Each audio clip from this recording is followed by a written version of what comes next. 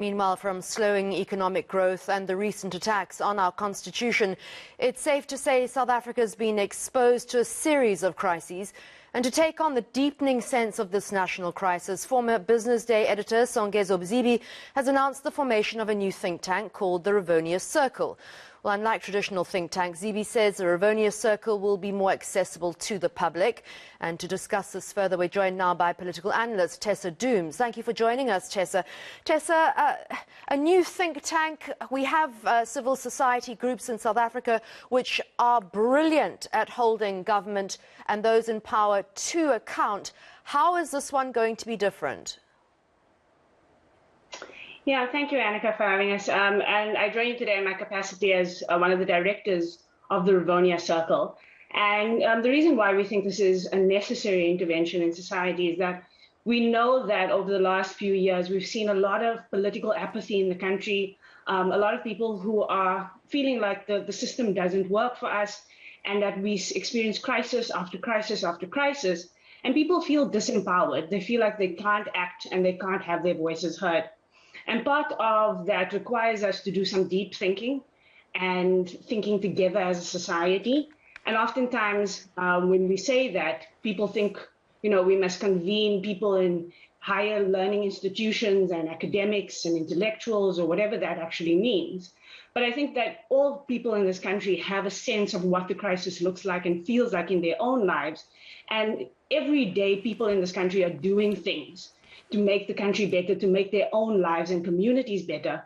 And we want to go in as a collective and call to action for other people to come and join us and understand what it is that are the solutions for everyday South Africans and everyday people to making this country better into the future. So we don't just think and have great ideas, but we actually start supporting the solutions that are already existing and creating new solutions for the future.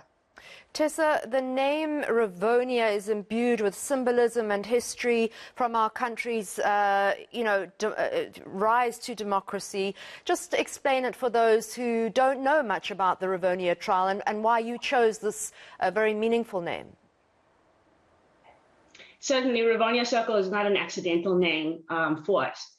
I remember going to the Lilies Leaf farm in Rivonia, where the Rivonia trialist, with that moment of capture happened for many of those people who ended up in that trial.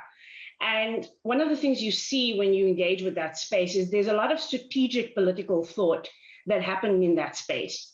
And we cannot start anything new without saying that there are people who've gone before us who've done similar kinds of work.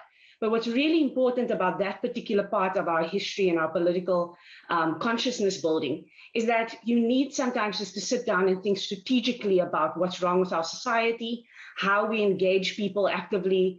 The Lilies Leaf Farm Project had a radio station, for example, because they believed in mass communication and including people in the ideas of the day. But also just thinking about how you go from an idea to action. And that was a big part of the Lilies Leaf Farm Project and the Rivonia Circle, or the Rivonia moment, at least. And I think the other part of it for us that's important in terms of Rivonia is the idea of being willing to lead and being willing to sacrifice.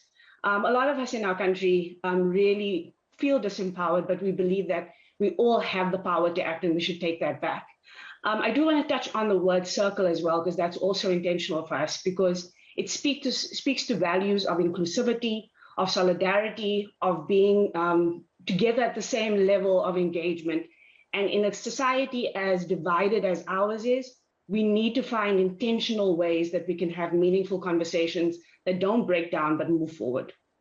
Tessa, let's just look at reinforcing accountability, which is one of the 4 pillars of the Rivonia Circle. And let's talk about the recent comments made by Minister Lindiwe Sisulu. Do you believe that she should be taken on and taken to task, at least, by President Cyril Ramaphosa? I think to reduce it to a matter of this minister and this moment doesn't really necessarily help us go forward. But it does help us reflect on the question about accountability. Accountability should not only be about moments where we feel like something has gone wrong. It should be about systems that allow us to see what do our political actors, our leaders, people in government What are their contributions on a day-to-day basis to the country? How do they account for the things that they do? And so it can't be that somebody is in government for over 20 years and then speaks of themselves as if they're outside of the system. Our leaders need to be able to account for their role that they play in how society turns out. And to then obfuscate and say, this is about, somebody else, some other part of the state, I think doesn't take us forward. But it does also raise questions about where do we draw the line in terms of the power that, for instance, the president holds to say what his ministers do, what they can't do, how they engage with society. Of course, we don't want a set of circumstances where there's censorship, but we also need to know that if somebody speaks at that level, do they represent the views of, number one, the president and his cabinet, but importantly, do they represent the views of the South African public that they took an oath to serve and protect? And I think in this case, we do need to see a lot more accountability, not just in terms of a crisis, but a sense that we know where ministers stand, where people who are in public office stand, and what it is that they have contributed to where we are, good or bad. All right, thanks so much for coming on air with us. Political analyst Tessa Dooms talking to us there about a new think tank which wants to hold people to accountability and create a new political culture called the Rivonia Circle.